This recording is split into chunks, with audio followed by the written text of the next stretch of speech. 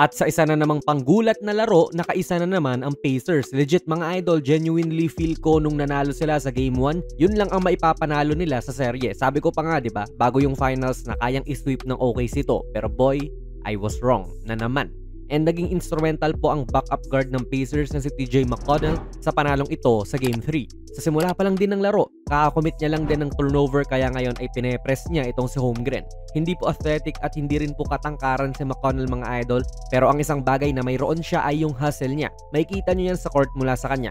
Hindi po recorded na steal to pero dahil sa hustle nga niya, na-manage niyang pigilan ang drive ni Holmgren sana, di ba?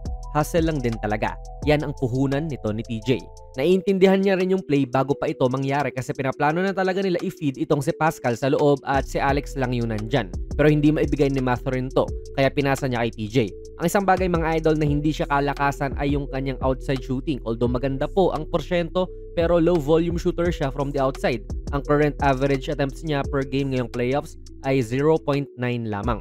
So less than 1 attempt per game lang yan. Kaya most likely kapag ganito ang depensa ay hindi talaga titira yan unless na lang paubos na yung oras sa shot clock. Pero yun nga, kanina pa niya tinitignan yung matchup nila Pascal at Alex, and since hindi niya to maibigay ngayon kasi mangingitlog po si Pascal if magsisil ulit siya sa painted area, ang ginawa niya ay nag-iba ng angulo. Lumapit-lapit na muna hanggang sa mag-iba ang postura ng depensa. Nahuli niyang nagsiswitch ang OKC defense dito at sa kanya binigay kay Siakam. Good read sa depensa. Again, wala ka naman ng ibang masasabi pa kundi masipag lang talaga itong si TJ. Karugtong to nung assist niya kay Siakam mga idol kanina at kahit oras na para bumaba talaga sa depensa, yun nga, nag-hustle lang siya. Pinusuan lang at with great timing ay nakakuha ng steal. Alam mong hindi rin siya gaanong offensive player na score ng score kasi pwede niya namang sugurin itong si Wallace at wala naman din siya sa postura dumepensa, pero hinanap niya muna ang mga better scorers na kakampi niya.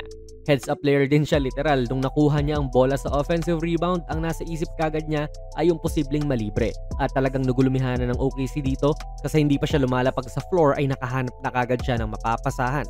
So nagkaroon siya ng 1 rebound, 2 assists, and 1 steal sa loob ng 12 seconds mga idol. Again, off sa magandang assist niya ay parang nagpapabaya itong OKC talaga. Like hindi naman sila ina-Alvarado ni McConnell. Kaya nilang makita si TJ kasi nasa harapan lang din siya ng inbounder. Pero hindi kasi sinasurvey ng inbounder yung paligid bago ipasa.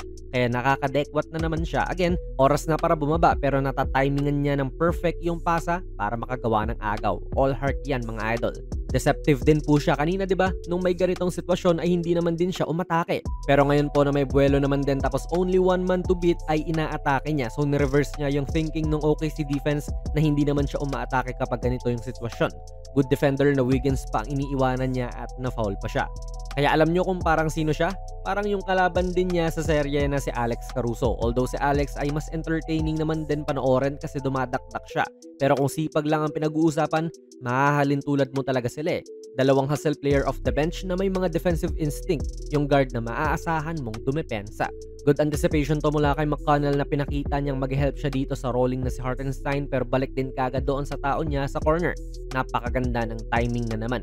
Like, tignan nyo po si Alex dito, absolute pest of a defender din. Na parang napagod na lang si Tyrese at nasa mukha niya to sa moment na ito. Fast forward natin ng kaunti at ayan, kumakana na naman si McConnell at pinekean yung kampi niya. Grabe tong gagawin niyang double crossover mala Deron Williams ang datingan. Tapos ito yung specialty of the house din niya, yung short stab na mid-range jumper. Ito naman yung kay Deron Williams mga idol. Kaya parte din to ng arsenal ni McConnell yung mala Deron Williams na double crossover. Si Deron Williams talaga ang kilala sa mga matitinik na double crossover mga idol at ang smooth niya panoorin doon. Dito kay TJ kasi ay medyo sell sa isang side sabay cross naman sa kabila. Medyo mas kankarot lang tignan pero combo move pa rin naman yan, sayang lang at hindi pumasok. Feel ko kaya mo rin gawin yan kung pagpa-practicean mo eh, sayang nga lang to at mintis nga. And pabaya talaga itong mga inbounders ng OKC. Nakakadalawa na yan si McConnell so far. Dapat hanggang isa nga lang yung error na yun eh. Pero parang pinangalandakan na rin nilang nagpapabaya sila kasi literal na nasa harapan lang ulit sa McConnell ngayon. Hindi nagtatago. Hindi yung nagkukunwaring tumatakbo na sa kabila sabay biglang ng agaw lang. Hindi ganun. Kaharap niya yung inbounder. Grabe din talaga.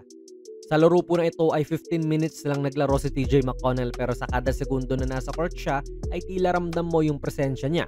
Partida hindi pa complete offensive player talaga itong si McConnell pero nagiging productive siya para sa isang championship contender kasi nga siya ay masipag at ang lakas tumiming. This game po 10 points, 5 assists and 5 steals po ang kanyang naiambag sa Pacers at sila po ni Mathurin ay naging spark plug off the bench sa game 3. Solid contribution talaga at something na pwede rin nating pamarisan tong sipag ni TJ McConnell. Kaya ano po ang masasabi nyo sa naging laro niya sa Game 3? Ilagay nyo lang po ang inyong mga komento sa ating comment section. Kung nagustuhan nyo po ang ating video ay pakipindot na lang idol ng like button, mag-subscribe ka na rin sa ating channel.